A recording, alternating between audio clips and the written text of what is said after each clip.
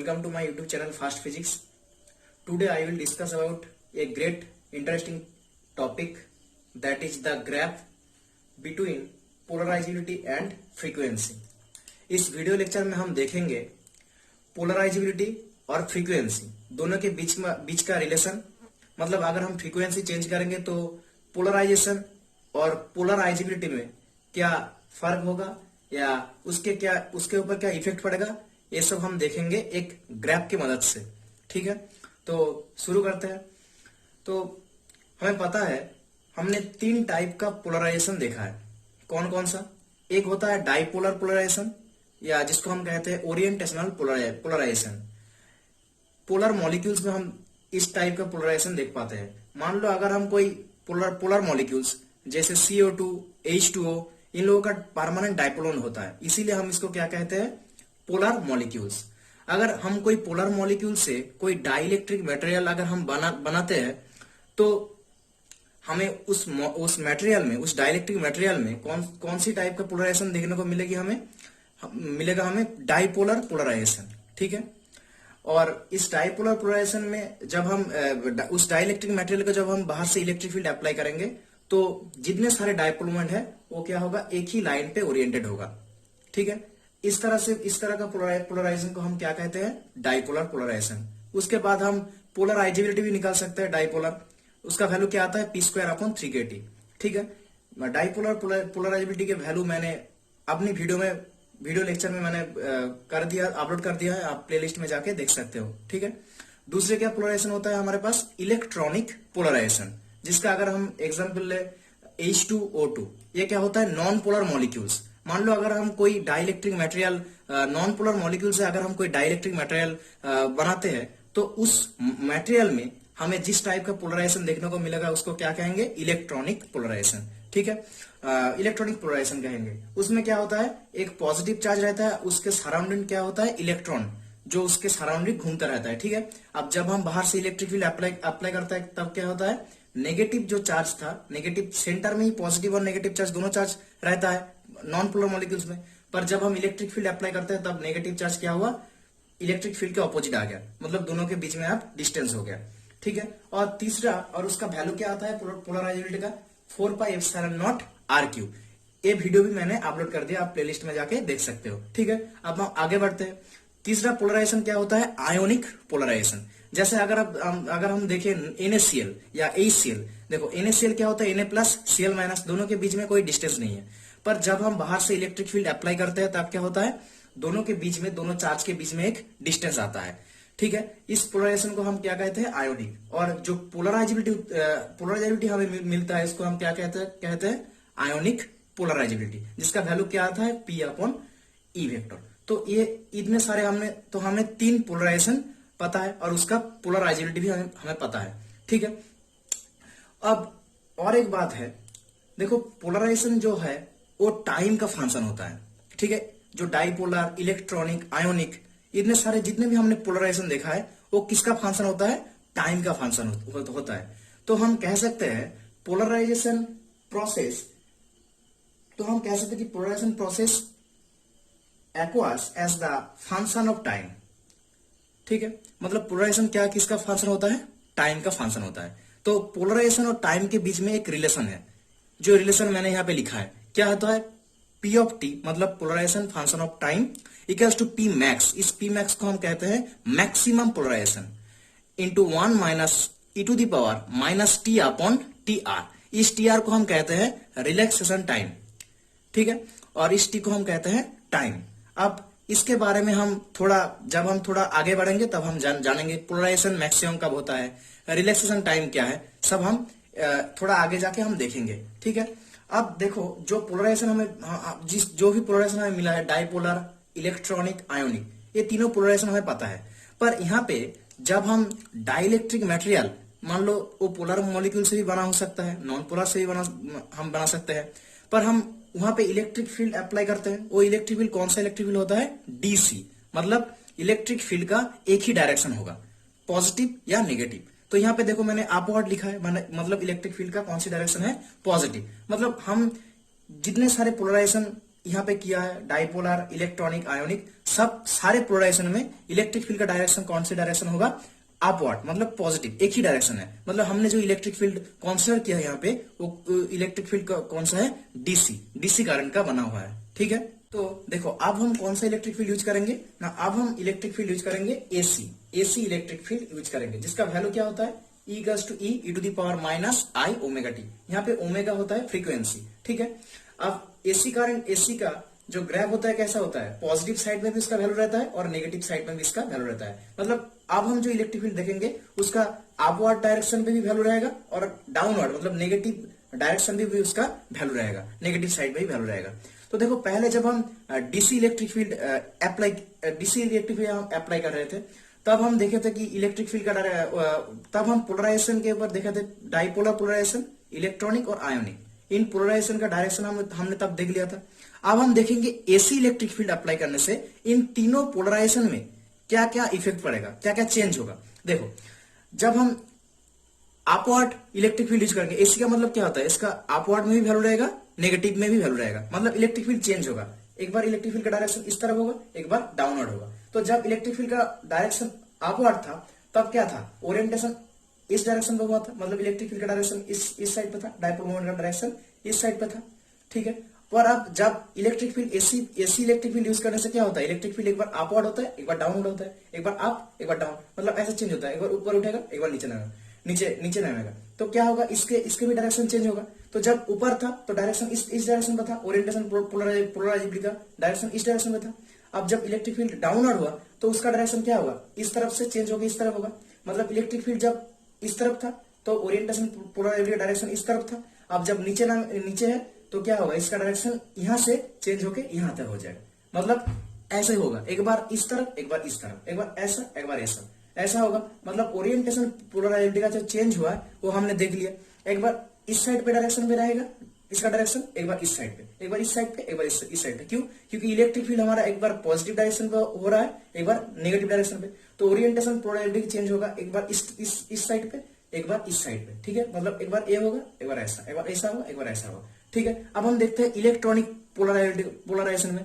तो देखो वहां पे क्या होता है, जब हमने डीसी इलेक्ट्रिक फील्ड यूज किया था तब हमने देख लिया था उसके डायरेक्शन क्या था। अब जब हम एसी इलेक्ट्रिक फील्ड यूज करेंगे तब हम देखेंगे क्या होगा ना।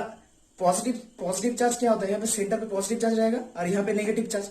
अब जब इलेक्ट्रिक फील्ड का डायरेक्शन इस तरफ था तो नेगेटिव चार्ज इस तरफ था, पर अब जब इलेक्ट्रिक फील्ड चेंज हो रहा है, एक बार ऊपर एक बार नीचे, तो जब नीचे होगा तो नेगेटिव चार्ज क्या होगा? घूम के यहाँ इस तरफ आ जाएगा।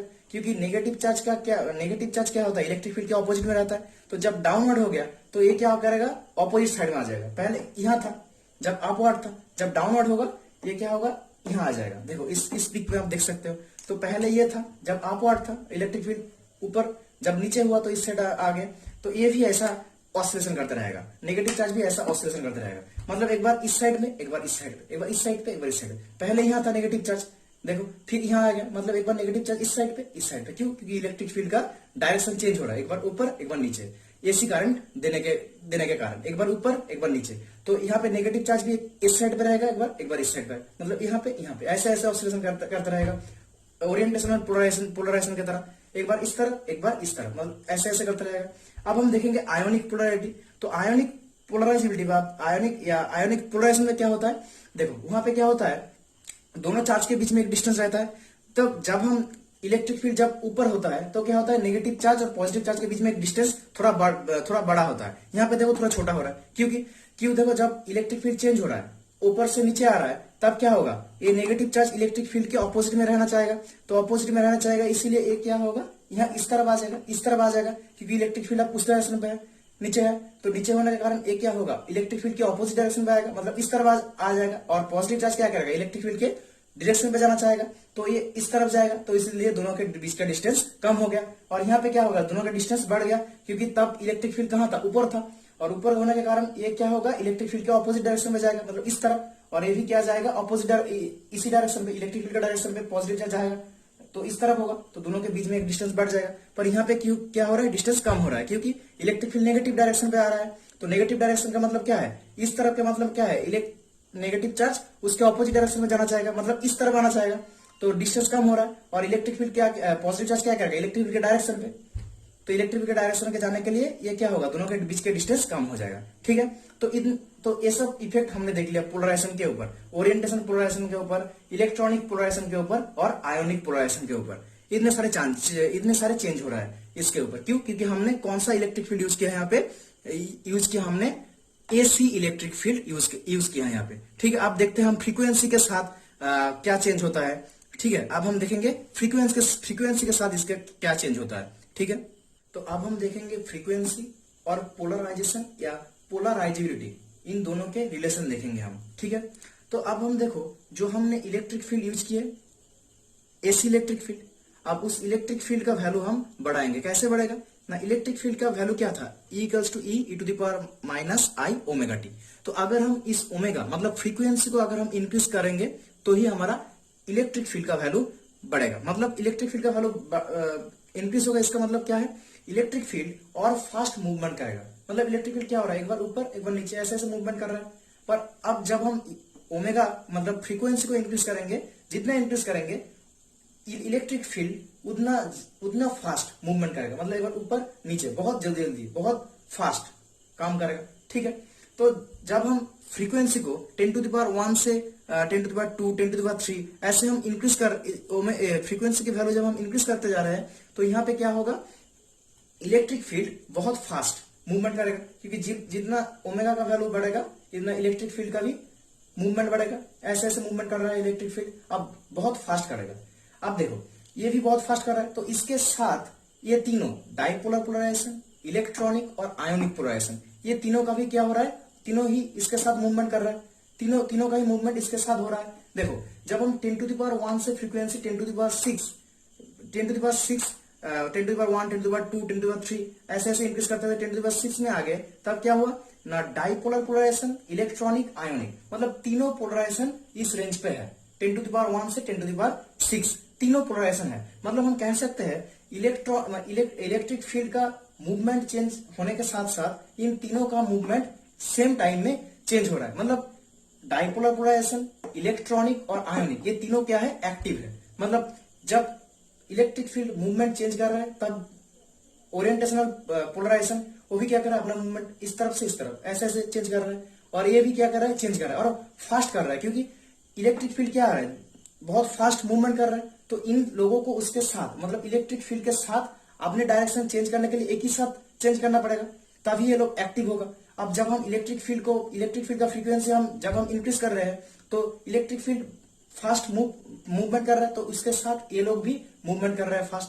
पर जब हम देखेंगे 10⁹ इस रेंज पे जब हम आ जाएंगे, उस रेंज को हम क्या कहेंगे, माइक्रोवेव फ्रीक्वेंसी। उस फ्रीक्वेंसी में जब हम आएंगे तब हम देखेंगे क्या, डाइपोलर पोलराइजिबिलिटी या पोलराइजेशन उसका वैल्यू मैक्सिमम हो गया है।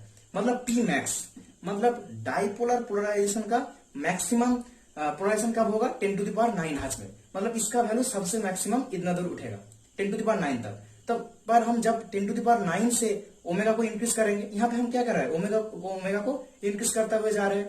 ठीक है, तो जब हम 10⁹ क्रॉस करेंगे तब डाइपोलर पोलराइजेशन इनएक्टिव हो जाएगा। मतलब यहाँ पे देखो डाइपोलर पोलराइजेशन नहीं है, पर इस रेंज पे 10⁻1 से लेकर 10⁹ तक डाइपोलर, इलेक्ट्रॉनिक, आयोनिक सब इलेक्ट्रिक फील्ड के साथ मूवमेंट कर रहा था। ठीक है, पर यहाँ पे नहीं करेंगे। डाइपोलर पोलराइजेशन इस रीजन में 10⁹ क्रॉस करने के बाद 10⁻10 10⁻11 इन फ्रीक्वेंसी में हम डाइपोलर पोलराइजेशन को इनएक्टिव देखेंगे। क्यों?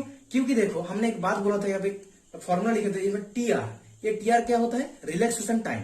इसका मतलब क्या है, देखो जो हमारा इलेक्ट्रिक फील्ड जो मूवमेंट कर रहा है, एक बार ऊपर एक बार नीचे, एक बार ऊपर एक बार नीचे, तो पहला मूवमेंट से दूसरा मूवमेंट पे जाने के लिए बीच में जो डिस्टेंस लगा, टाइम लगा, उस टाइम को हम क्या कहेंगे, रिलैक्सेशन टाइम।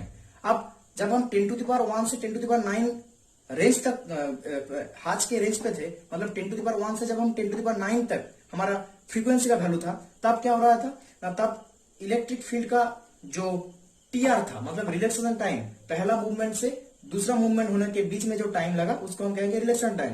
वो जा था डाइपोलर का भी, डाइपोलर, इलेक्ट्रॉनिक और आयोनिक, इन तीनों का भी पहला मूवमेंट से दूसरा मूवमेंट में चेंज होने के लिए जो टाइम था सेम ही था। इसलिए तीनों क्या कर रहा था, इसके साथ चेंज कर रहा था एक ही साथ।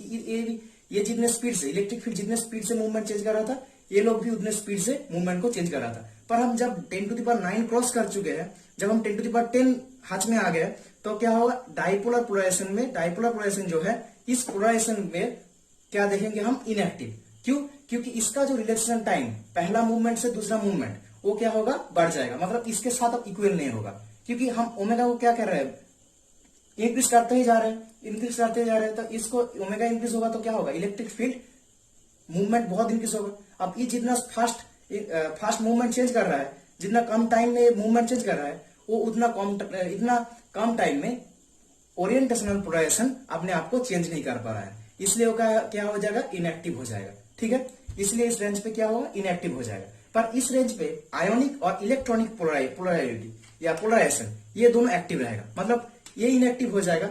फिर भी हमें कौन सा पोलराइजेशन दिखेगा, ये वाला और ये वाला, आयोनिक और इलेक्ट्रॉनिक, ये दोनों पोलराइजेशन तभी रहेगा। मतलब 10 टू द पावर 9 से अगर हम 10 to the power 10, 10 to the power 11, 10 to the power 12, जब हम infrared frequency 10 to the power 12 hertz में हम फ्रीक्वेंसी को बढ़ा देंगे, तब भी आयोनिक और इलेक्ट्रॉनिक ये दोनों पोलराइजेशन रहेगा। मतलब ये दोनों पोलराइजेशन तब भी मूवमेंट कर रहा है, किसके साथ, इसके साथ, मतलब इन दोनों का रिलेक्सेशन टाइम अभी इसके साथ बराबर है। ठीक है, मतलब इक्वल है, मतलब ये भी जितने स्पीड से मूवमेंट कर रहा है इलेक्ट्रिक फील्ड, अब ये इलेक्ट्रॉनिक पोलराइजेशन उतने स्पीड से, और आयोनिक भी उतने स्पीड से, एक बार बड़ा हो रहा है, एक बार छोटा हो रहा है, बड़ा हो रहा है, छोटा हो रहा है, मूवमेंट कर रहा है।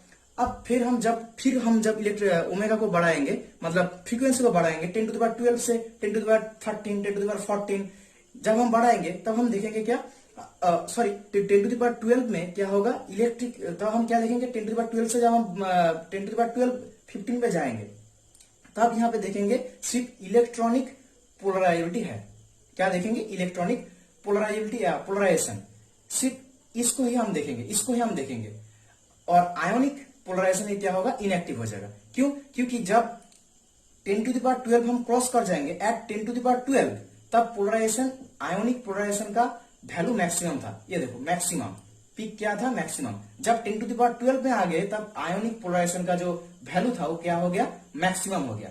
और जब हम 10 टू द पावर 12 क्रॉस करेंगे, तो ये क्या हो जाएगा, आयोनिक पोलराइजेशन इनएक्टिव हो जाएगा। मतलब इसका रिलेक्सेशन टाइम अब इसके रिलेक्सेशन टाइम का बराबर नहीं है। क्या हो गया, इसका रिलेक्सेशन टाइम बढ़ गया। मतलब पहला मूवमेंट से दूसरा मूवमेंट जाने के लिए, मतलब पहला मूवमेंट से दूसरा मूवमेंट में जाने के लिए, मतलब एक बार डिस्टेंस बड़ा हो रहा है, एक बार छोटा हो रहा है, तो उन दोनों मूवमेंट में जो टाइम लग रहा है, उसको हम क्या कहेंगे, रिलेक्सेशन टाइम। उसका वैल्यू और इसका वैल्यू सेम नहीं है, इसलिए ये इसके साथ आप नहीं चल पाएगा, इसलिए क्या हो जाएगा, इनएक्टिव हो जाएगा।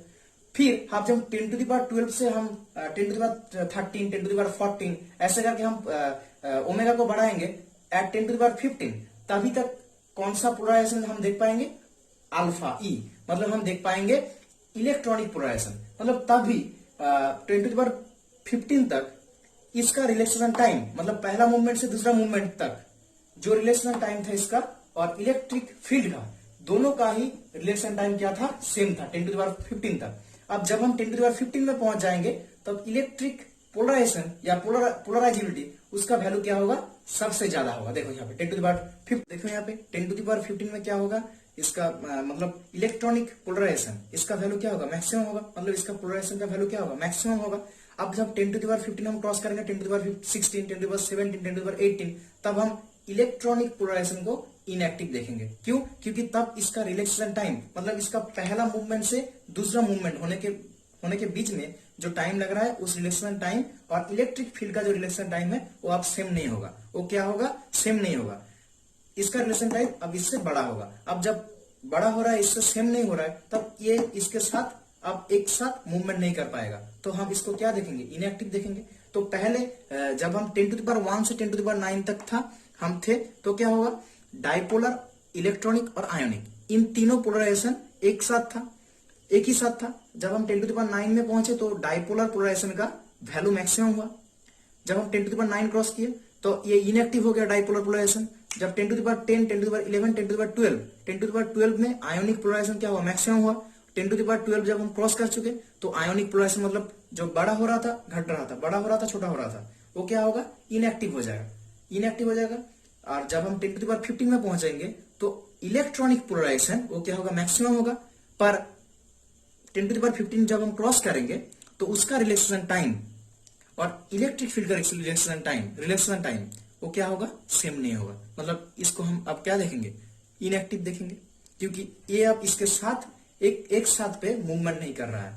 इलेक्ट्रिक फील्ड ऐसा मूवमेंट कर रहा है स्पीड से, और ये क्या करेगा, उसके साथ सेम स्पीड से मूवमेंट नहीं कर पाएगा। ठीक है, क्यों हुआ, क्योंकि ओमेगा को हम क्या कर रहे हैं, बार बार इंक्रीज करते हुए जा रहे हैं। ठीक है, अब इस इंफ्रारेड से अल्ट्रावायोलेट रे, इसके बीच में जो बीच का जो रेंज है, मतलब 10⁻12, 10⁻13, 10⁻14, इस रेंज में हम जो वेव देखते हैं या जो लाइट देखते हैं वो क्या होता है, विजिबल लाइट होता है। ठीक है, तो यही था हमारा ओमेगा और पोलराइजेबिलिटी, इन दोनों के बीच में ग्राफ और इन दोनों के बीच में रिलेशन।